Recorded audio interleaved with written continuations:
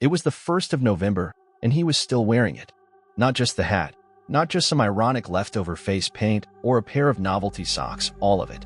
The full cat in the hat costume, every mismatched stitch, every smudge of grease paint on his cheeks, still clinging to his skin like it had grown there. Our Halloween party had been on the 29th. It wasn't anything major. Just a few friends, a bowl of punch, Spotify's Haunted House Hits playlist on repeat. John had shown up late. He always did. But he came through the front door with that wide cartoonish smile and that ridiculous costume, and it made everyone laugh. It wasn't a store-bought thing. It was homemade, and poorly at that. Uneven seams, matted fur in odd places, the tail dragging behind him like a wet rope. But it worked. He played it up too, talking in rhymes, quoting lines from the movie like it was Shakespeare. I hadn't seen him that animated in months. Hell, even on the 30th, it was still kind of funny. I caught him creeping out of his room around midnight to grab a bag of tortilla chips, hat bent sideways, makeup smeared like a raccoon. He looked up at me with that fake cartoon grin and tiptoed away like he was doing a skit. I remember laughing. But on the morning of the 31st, when I left for my 9 a.m. class and saw him just sitting there, silent, unmoving, staring at the wall while the painted-on whiskers curled up at the corners of his face, it stopped being funny. He was at the kitchen table, elbows on the wood, fingers splayed out like spider legs. The way he held himself reminded me of a puppet waiting for strings to be pulled. I paused in the hallway. His eyes were glazed over, half-lidded. Not quite asleep, not quite awake. In his fingers, they were twitching, rhythmically, like he was playing piano. A silent, haunting piano. I should have said something more. Instead, I asked a weak, "You good, man?" And when he didn't answer, I mumbled something and left. John had always been quiet. That was kind of his thing. He wasn't the awkward silent type, more like background noise. You noticed him the way you noticed the fridge humming or the way the ceiling fan rocked gently when no one was looking. Harmless, I thought. He laughed at my dumb jokes. Always did his share of the chores. Paid rent on time. That's more than I could say for some of the guys I'd lived with before. So I let it go. That night, I got home from class and found him sitting in the same spot. The light was off, but the street lamp outside cast enough of a glow through the blinds that I could make out the white fur of his sleeves, now grayish, stained. The hat sagged to one side like it was deflating. There was a smell now too. Faint but growing. On November 2nd, I had the early shift. 6 a.m. I didn't even expect him to be up. But there he was. On the floor this time, lying flat on his stomach like a child in daycare. He was flipping through an old picture book. One of those thick-page cardboard types meant for toddlers. I stopped in the doorway. He didn't look up. "Don't you have classes to go to?" I asked. My voice cracked. He shook his head. Slow. Stiff. It was like his neck didn't work properly. I stared at him for a long moment, then turned to leave. Starting to get real fucking creepy round here, man. I muttered, half to him, half to myself. "I like it," he said, and the words snapped through the air like a rubber band. I froze. He didn't yell. He didn't laugh. He barked it, sharp and dry and hateful, like a different voice had crawled up through his throat to speak for him. I turned back, but the blinds were drawn. That was the moment I should have called someone. By that evening, I couldn't stay in the house without gagging. The smell was worse, like moldy meat, old wood, and something else I couldn't place, like sour books, or wet cardboard, or a dog that's been in the rain too long. It felt wrong to walk through the hall. The air had weight, like something was pressing down from the ceiling, from inside the walls.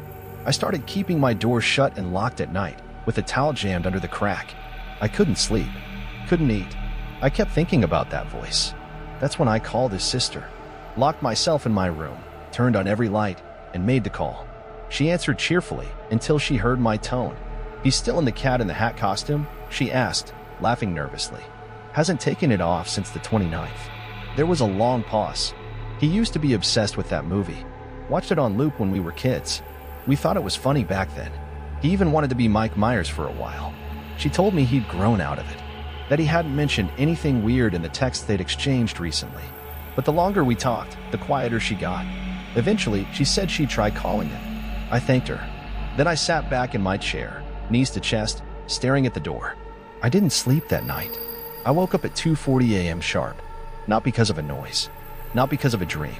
Because of the smell. It had thickened in the air. You didn't just breathe it, you tasted it. like something sick and sweet had died in the vents and had been marinating in the warm house for days.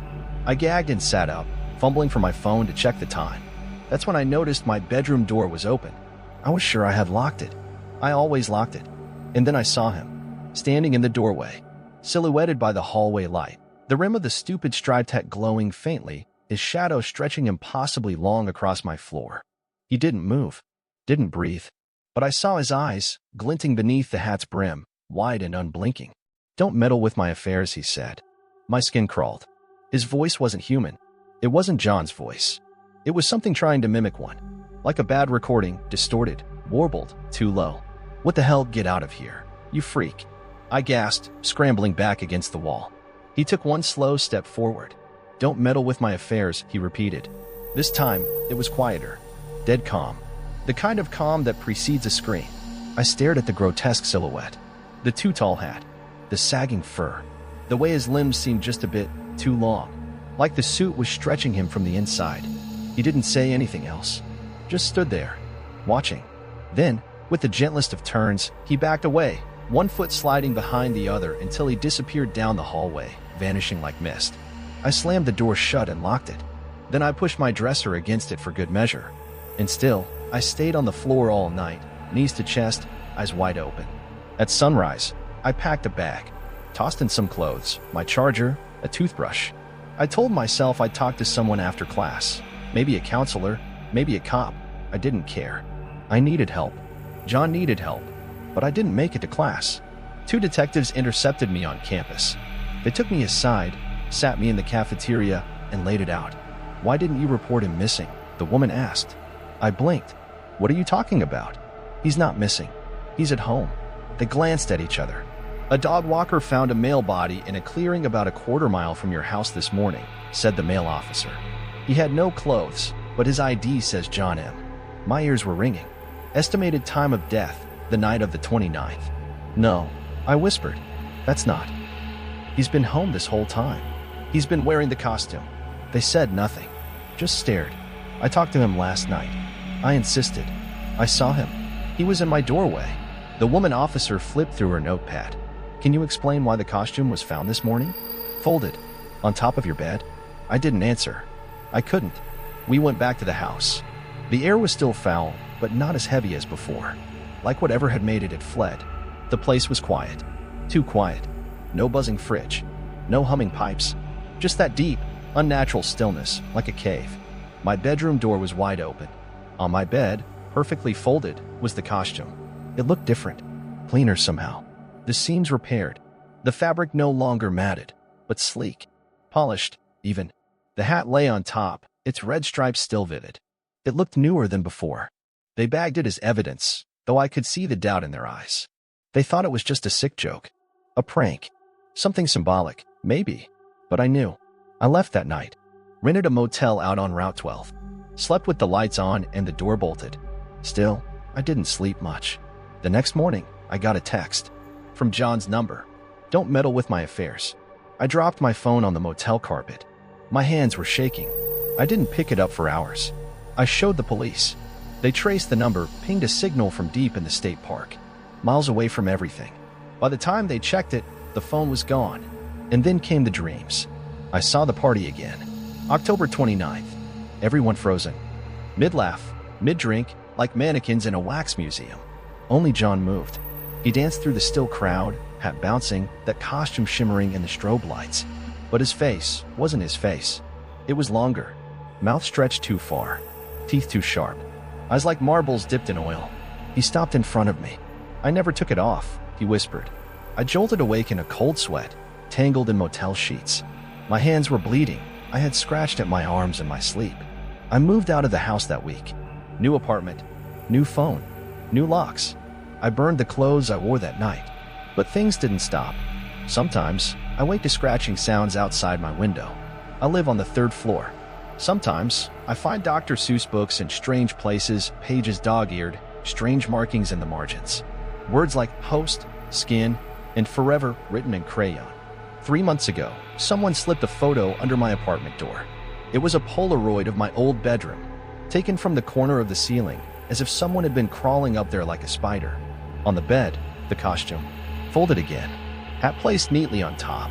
And in the mirror, just barely visible, was a figure. Tall, thin, wearing the hat. Not John. Not me. Just something. I moved again last month. But it's no use. The smell still finds me. Like damp wool, rotting fur, and old books that shouldn't be opened. I keep the lights on. Always.